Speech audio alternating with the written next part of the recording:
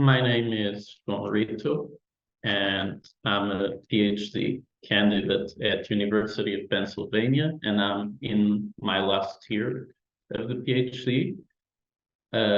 I'm interested in macroeconomics, and even though throughout my program I've focused, broadly speaking, on search frictions, and I had a spell of time in which I was working mostly on the labor market, I ended up over the last year focusing on monetary issues and how search frictions can be used to study this. There's a big literature on the use of search for monetary models, but it's kind of niche, and I've tried to think about how to make it more operational in a standard quantitative way that can meet other literatures.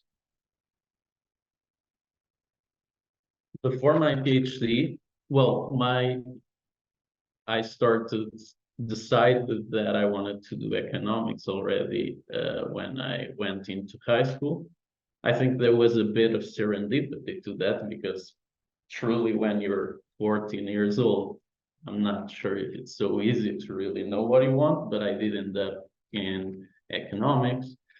As I went to university, that's when I really started understanding what economics was about, the methods that it used, the math and statistical tools, and I really liked it. So as I kept going, I kept staying in that lane, in my master's at Nova University in Lisbon. I did the master's in economics, and at the end I was a little bit unsure whether to go to the PhD. So I ended up applying for jobs, and I worked at the Portuguese central bank. So actually, during my master's, I focused on the labor market, but I'll actually more from a microeconomic, applied micro perspective. But as I joined the central bank, I ended up being put into the monetary policy department, and that increased my interest in macroeconomic topics over time. And after 3 years there, I decided to finally apply to the PhD. It was, I guess there was some hesitancy, but I think it also had some advantages in that I was more convinced that it was something I really wanted by the time I applied. And then because I was already into macroeconomic topics, I decided to focus on that on my PhD. And at the beginning, so I was interested to begin with it in monetary policy, but faculty at Penn, there's not a lot of people these days who work on those topics. So I steered a little bit away from it, and I ended up coming back full circle, which is somewhat funny. Just as a little bit of context for the people who are less familiar with the monetary literature, for a long time, economists, even philosophers, have thought that money in the long run should be neutral. That is, that more money in the economy over long horizons shouldn't change how much we have in terms of production and consumption, but that in the short run, changing the amount of money in the economy through monetary policy should do that.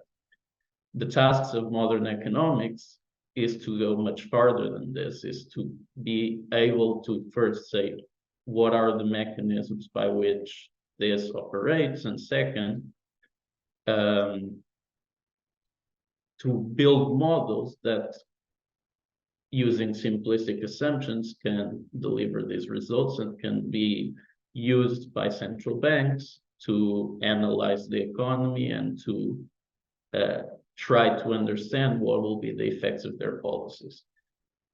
The standard model these days for the effects of monetary policy that is used in most central banks is the new Keynesian model, which is a model that essentially says that prices of goods cannot adjust instantly. And so when there are increases in demand because of monetary policy, firms cannot raise prices. And because demand is higher, they are instead forced to increase quantity.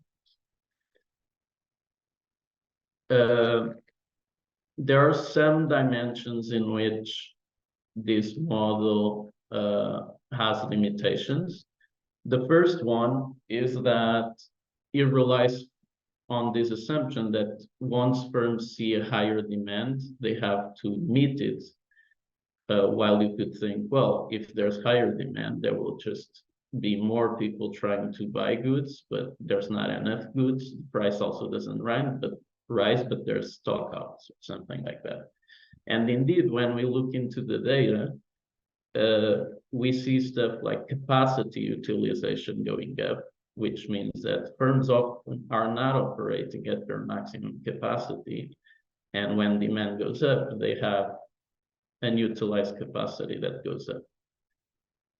On the other hand, there have been always theories that nominal interest rates should matter because money is a return with is an asset with a dominated return. And so more money in the economy should, through these liquidity mechanisms, have effects. And those things are not in the new Keynesian model by design, because the new Keynesian model thinks that liquidity frictions are not the key aspect. So what my model tries to do is to create a model where there's unutilized capacity by firms on the one side, and there's liquidity frictions on the other side, and tries to do this in a framework that can be used quantitatively, that is, that can be estimated in the data to try to match the effects of monetary policy that we find in vector autoregressions. So in that sense, several of the mechanisms of our model are not really new. What's new is the way that it's built so that it can be taken to the data and be made quantitative. And it tries to provide an alternative way of thinking about how monetary policy has real effects in our economy that is different from the new Keynesian model. The title of my paper is Doing Without Nominal Rigidities, Steering Employment and Inflation in the Monetary World. And I presented it at the Portuguese Economic Journal, the 16th meeting in 2023. And I had applied for the Consultaccount Award, which is attributed to the best paper presented by a PhD candidate. And I was very happy to be awarded this prize. And I would like to thank both the Portuguese Economic Journal and Consultaccount for giving this prize. It's very important that research is recognized and that people have the incentives to be part of these conferences. In terms of advice, if you're considering applying for a PhD, I'm going to give you some advice, and I'm sure that some people will give you opposite advice because it depends on where you are, your current circumstances, but hopefully hearing advice from different people will be helpful. So, as I said, I have not gone to the PhD immediately. So my first advice would be someone who is hesitant. I don't think that there's a huge rush. There is a little bit of rush.